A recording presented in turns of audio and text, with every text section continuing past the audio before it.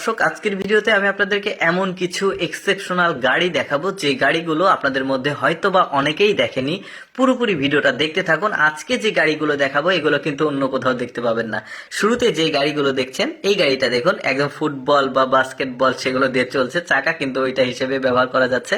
এরপরে দেখুন, এই গাড়িটা দেখুন, হুইল চেয়ারের মতো একটা গাড়ি, মানে এক একটা গাড়ি এক এক রকম। যেমন এটা হচ্ছে রোবট গাড়ি, ও কিন্তু আবার রান্নাও করতে পারে। তারপরে ওই যে টিনের ড্রাম বা লোহার ড্রাম দিয়ে তৈরি করেছে একটা গাড়ি।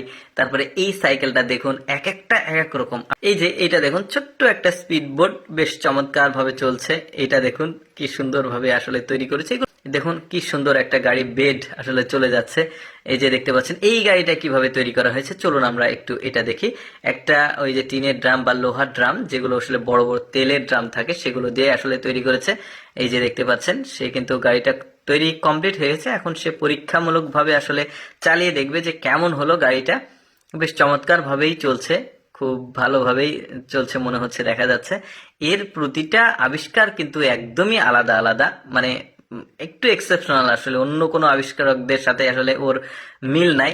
যেমন এইটা দেখুন, এই গাড়িটা একের মধ্যে দুই বলা যেতে পারে।